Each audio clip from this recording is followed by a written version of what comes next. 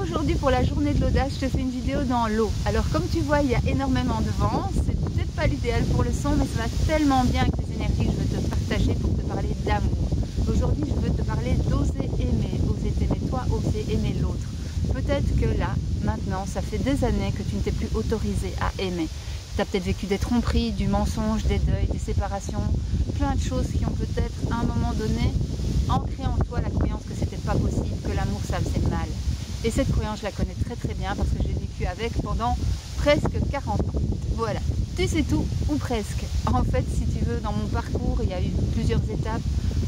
Petite, je n'imaginais même pas que je puisse être la fille qu'on allait regarder. En grandissant, il y a eu beaucoup de difficultés, de grosses séparations, de burn-out aussi, des accidents.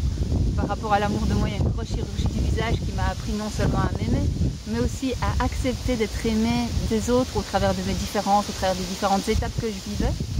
Et c'était vraiment très précieux parce que dans ma relation, lorsque j'étais mariée, je crois que j'ai jamais ressenti autant de solitude. Et je pensais vraiment que l'amour, ça pouvait être que ça. Que inévitablement, on arrivait à ce moment où tu souffres. Et c'est pas vrai. C'est pas vrai.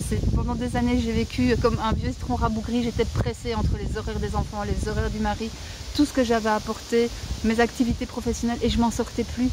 Et j'étais formatrice à l'époque, et je me rappelle un jour en classe, je partageais un peu mon chemin de vie, et à la fin du cours, j'ai des frissons quand je t'en parle, il y a une femme qui est venue me trouver, qui m'a dit, écoutez, moi je voulais me suicider, je voulais plus, je suis en plein divorce, je suis en dépression, j'ai plus l'énergie. Et quand je vous ai vu aujourd'hui avec cette belle énergie, j'ai vu tout ce que vous avez fait, j'ai vu comment vous êtes heureux. Ça mouille du coup. Je me suis dit, c'est possible. Et cette dame fait partie des motivations que j'ai aujourd'hui pour vous parler par rapport à la journée de l'audace.